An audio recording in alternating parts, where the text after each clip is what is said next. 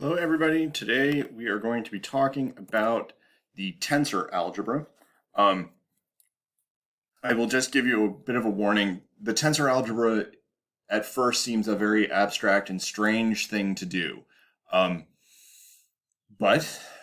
as with many things in mathematics, when you get to the end and when you actually have the structure complete, it turns out to be remarkably useful, and we will see that in the next couple of lectures after this one.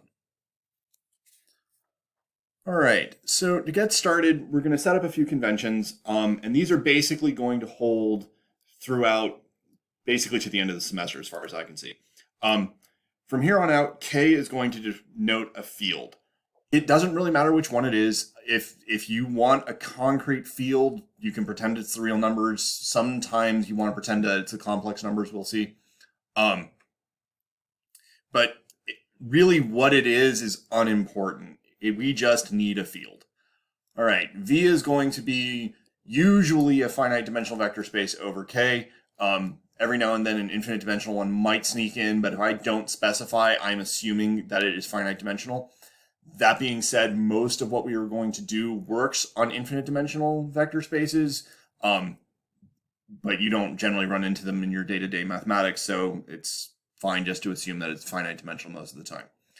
The other two things we're going to do, we're going to assume that vectors in our algebra are going to be written by Roman letters, usually later ones in the alphabet, so U, V, W, X, Y, Z, etc. And scalars are going to be denoted by Greek letters, alpha, beta, etc. So these bad boys belong to the field K, whereas these are going to belong to whatever algebra it is we're working with. Okay, so to begin with, let's start with, just recollection. Last time we started talking about algebras. An algebra is basically a vector space equipped with a multiplication that satisfies two basic properties. One is that the multiplication is going to be distributive. So it will distribute across sums of vectors. The other thing is that we require that scalar multiplication be central and associative. This may not be true for the rest of the algebra. The algebra may not be commutative, it may not be associative, but scalars will commute and scalars will associate. So when I'm dealing with a scalar, I can move it around at will. All right, so the first question we're going to ask ourselves, given a vector space V, so not necessarily an algebra, we want to construct an associative algebra using V with the freest product possible. Now, you're probably wondering, what do we mean by the freest product? That's a good question. All right, we'll look at that in the next slide. Okay, so what do we mean by a free product?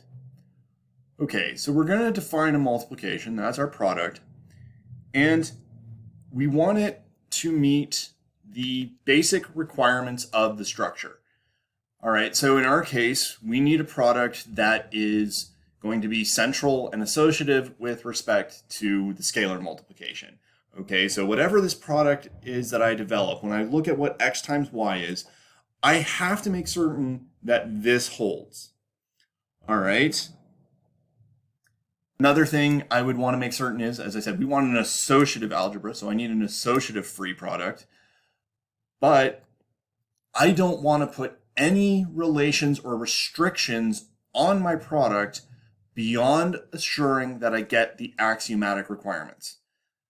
All right, so I want to make certain that I get an associative product that works nicely with scalars and nothing else beyond that. Now, sometimes in certain cases, you're forced to require other things to make certain that everything's coherent, but not always. Okay, you've actually seen an example of this in 470 already. I didn't call it a free product, but we've seen this with polynomial rings. All right, we started with this indeterminate x, and we kind of threw it on to our base ring. And we put as little on it as possible. We required that it behave nicely with powers, so x to the I times x to the j is x to the I times j, then likewise for this. And we required that alpha, any scalar, any coefficient from the ring, would have to commute with it. Beyond that, though, we put no other relationships on the indeterminate. We allowed arbitrarily high powers. It's never going to cycle back. Okay. It is two polynomials are going to be equal if and only if they are precisely the same thing. They have to have the same coefficients. There's no relationship between any two otherwise. Equivalently, you can never have a non-trivial polynomial that is somehow zero. Only the zero polynomial. So x, this indeterminate, is as free as possible over k.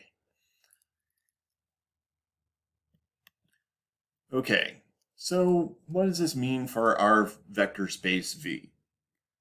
Okay, so we want to take two vectors in V and we want to come up with a way to multiply them with, again, as few restrictions and relations as possible, as long as we get what we're aiming for. All right.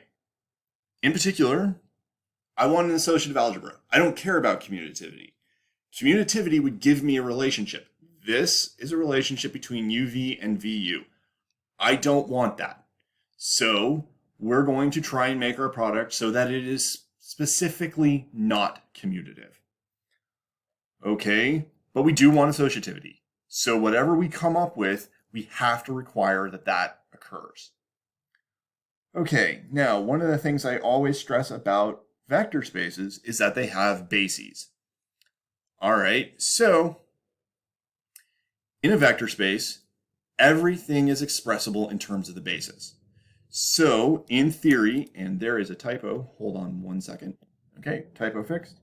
I swear I go through these slides before I start the screencast and I don't spot anything, and then once I'm screencasting, I see them. Okay, so back to the vector space and the basis. Okay, so the whole point about a basis in a vector space is that everything is expressible uniquely in terms of the basis. So if I take this product U times V in the vector space, it should be expressible in terms of a basis. Okay, but that's a relationship. That gives me an explicit relationship between U times V and this sum. I don't want that. But everything is expressible in terms of the basis, but I don't want it to be related to the basis. So it can't be expressible in terms of the basis if it's going to be free. But everything is expressible in terms of the basis. There's only one way to get around that. That product has to live in a space other than the vector space. Okay, that may seem weird, but it isn't. We want to make our algebra, we want an associative algebra that contains V, our vector space. It's not actually going to be equal to V, our vector space. Okay, so we're going to define something new.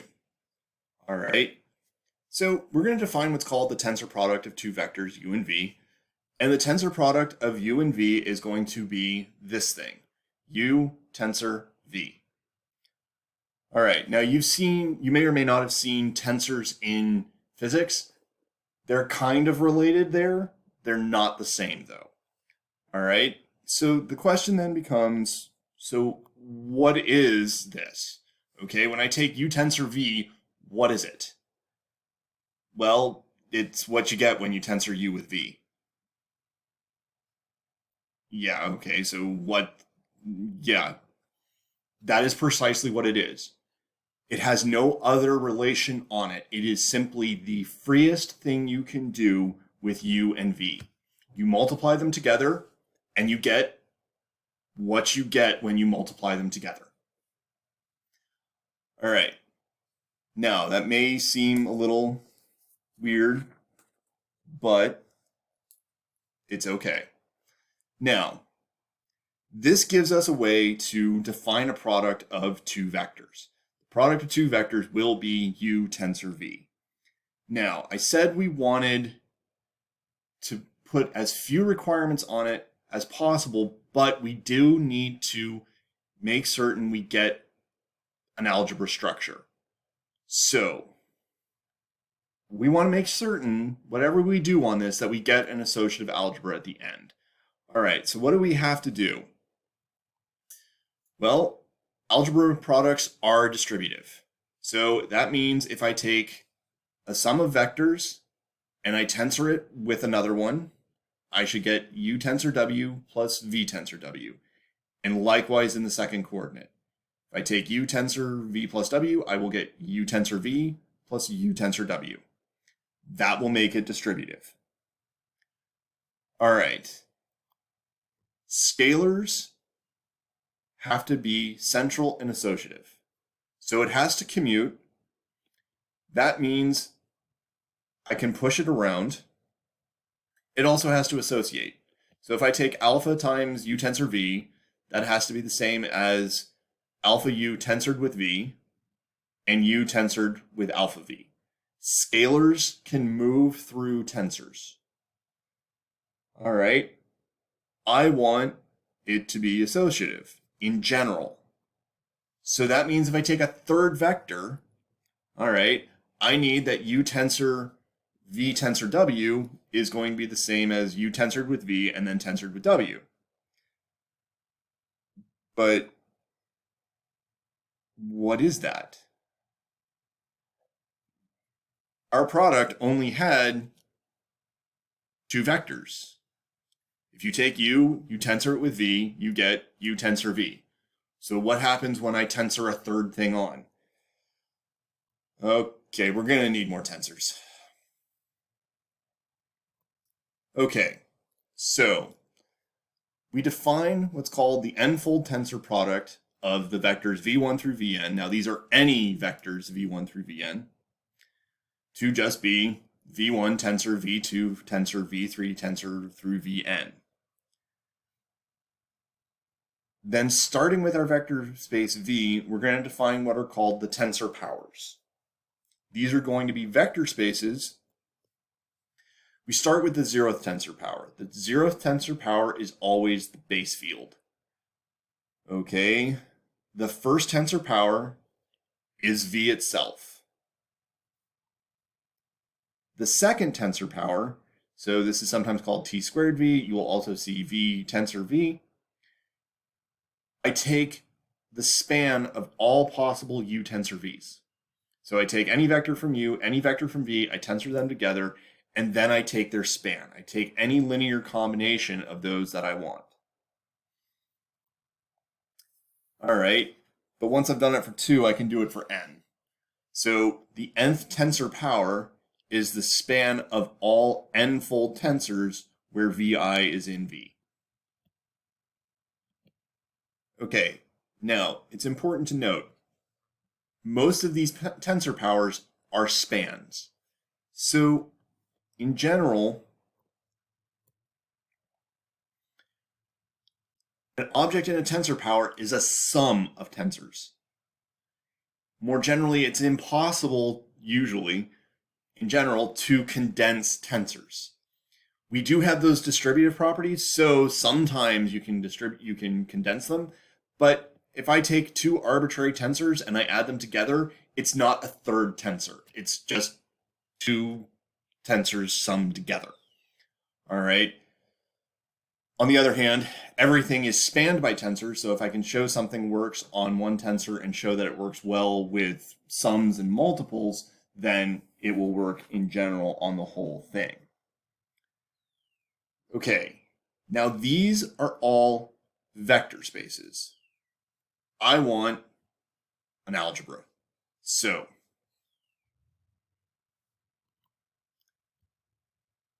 what I'm going to do to multiply an n-fold tensor by an m-fold tensor, we're going to do the most natural thing you can do. We're just going to delete the parentheses. If I take an n-fold tensor and I multiply it by an m-fold tensor, I just get one big long tensor that is now m plus n fold. Okay, so what this means then is to find the n plus first tensor power, I take the nth tensor power and I tensor it with v. Or more generally, if I take the nth tensor power and I tensor it with the mth tensor power, I get the n plus mth, and that's a w. Let me fix that. So I get an nth tensor with an mth tensor gives me the n plus mth tensor. Now, I've written equalities here. That's not a priori true. It is definitely the case that one is contained in the other, and it's going to be a final exam exercise to prove that they are indeed equal. We are lucky, we haven't talked about it yet, but we're going to use the fact that v has a basis, and because of that basis, those equalities are really easy to show, but there is something to show there. Okay, so to get the algebra, we take the direct sum of all the tensor products, all right, or all the tensor powers. Now, I need a product on there. I use what I had earlier. All I do is take that thing and I distribute it across any sum of tensors. Now, tensors are so-called multilinear. All right. I needed that distributivity. That distributivity is going to appear in every individual component.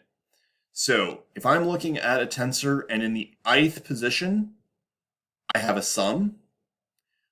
Holding all the other positions constant, I can break up the sum. So I will get the sum with the tensor with u sub I in the first term, and then the tensor with w sub I in the second term.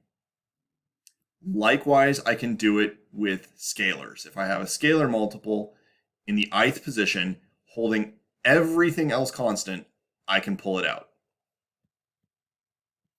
So another way to describe multilinear is that it's linear in every variable.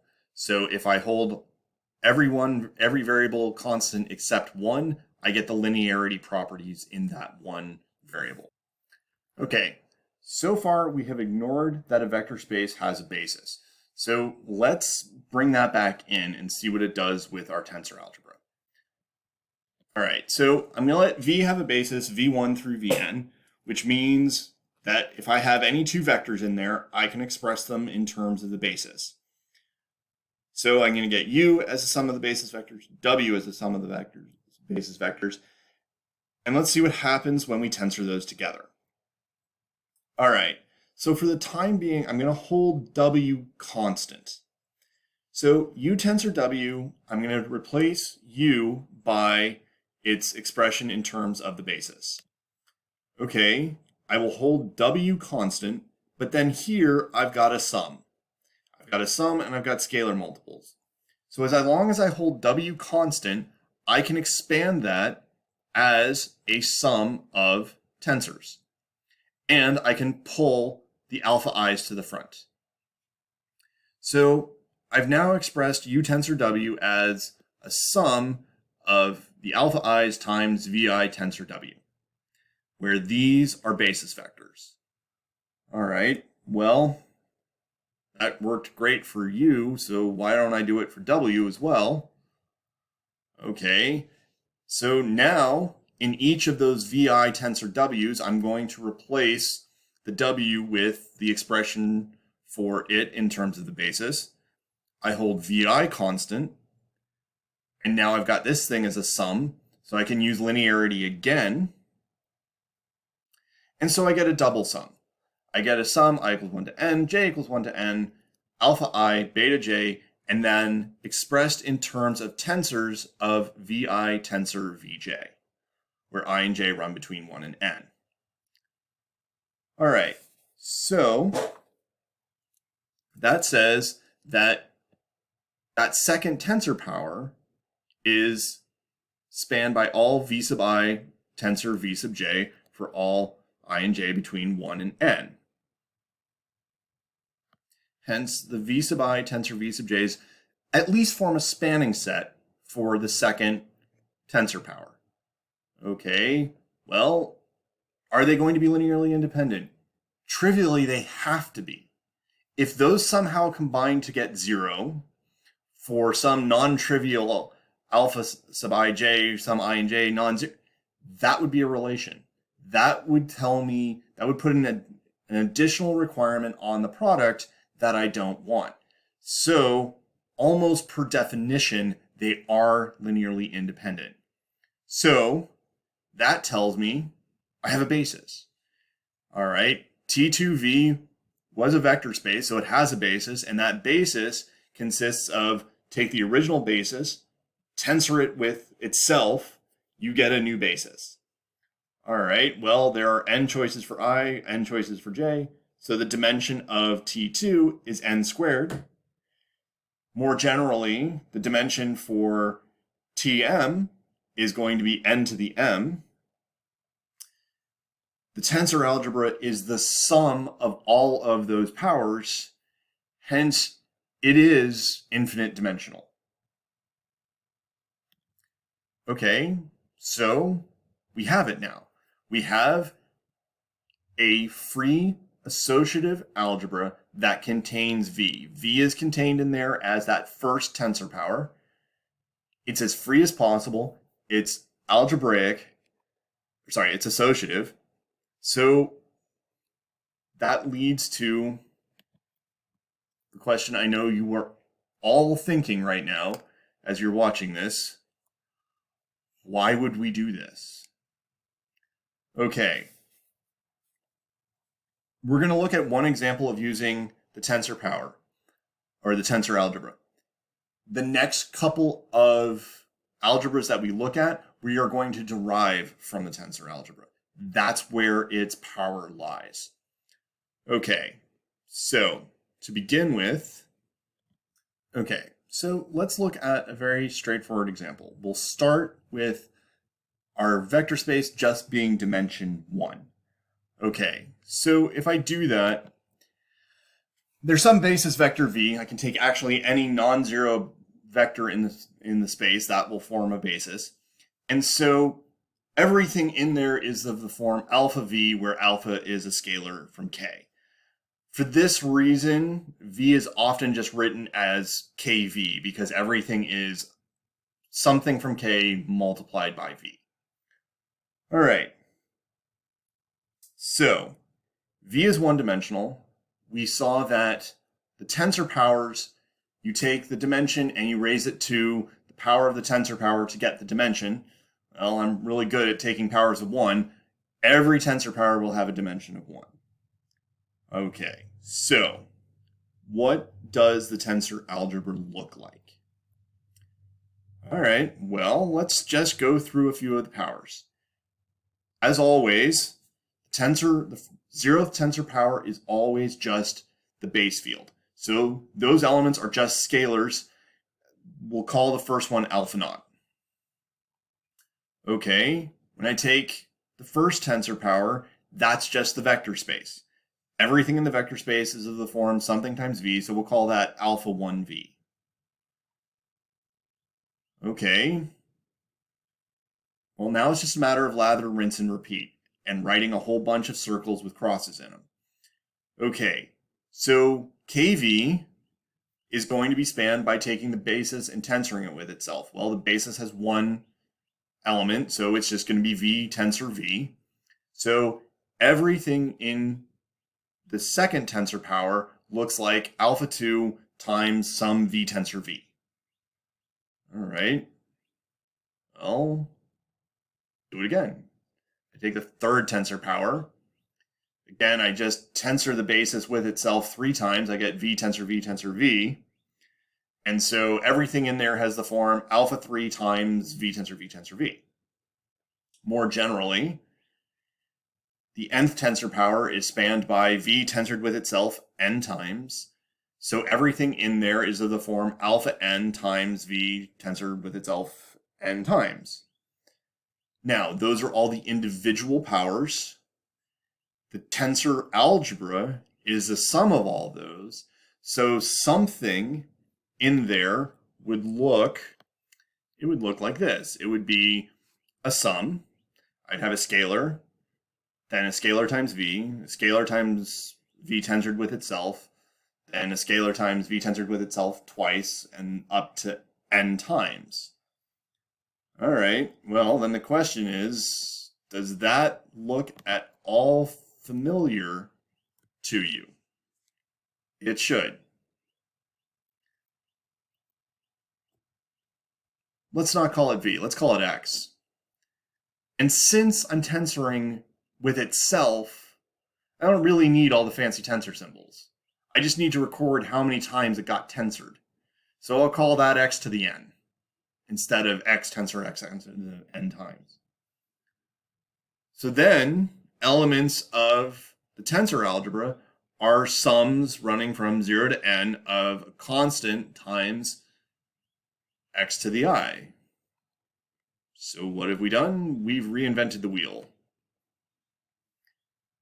If I take a dimension 1 space and I take its tensor algebra, I get something isomorphic to the polynomial ring, or the polynomial algebra, actually.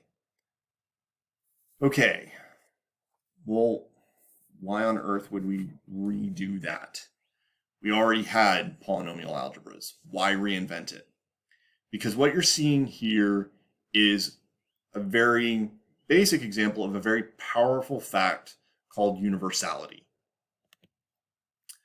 Okay, so if I have an associative algebra over a field K, I can find a vector space V, and I can find an ideal of the tensor algebra so that when I take the tensor algebra and I take the ideal and I mod out by the ideal, I will recover the associative algebra in isomorphism. Okay, so that means if I want to rigorously construct an algebra and show that it's got a well-defined product and it's not going to be paradoxical or anything like that, all I have to do is construct it as a tensor algebra modulo an ideal. Now, why would you care? Think about the quaternions. The quaternions, to prove that they are associative, is a ridiculously long construction, or computation, sorry. You have to crank through this thing, show that it's going to work properly. It's a mess. If I can show that I get that kind of structure using this, I get associativity for free. Because I know the tensor algebra is associative, it's trivially constructed to be that way. And so if it's associative and I mod out by an ideal, that's a homomorphic image. That's associative. So this provides us easy and fast ways to construct associative algebras and show that they're associative without having to go through onerous computations and other things where the convoluted structure makes it really difficult to establish associativity. Okay, so next time we're going to use this to construct at least one, maybe two neat associative algebras very, very quickly. One of them, the one that we will definitely do, is going to be a finite dimensional one. The one that we may or may not do is going to be an infinite dimensional one, but they both have some pretty neat properties, as we will see. All right, so that does that for now.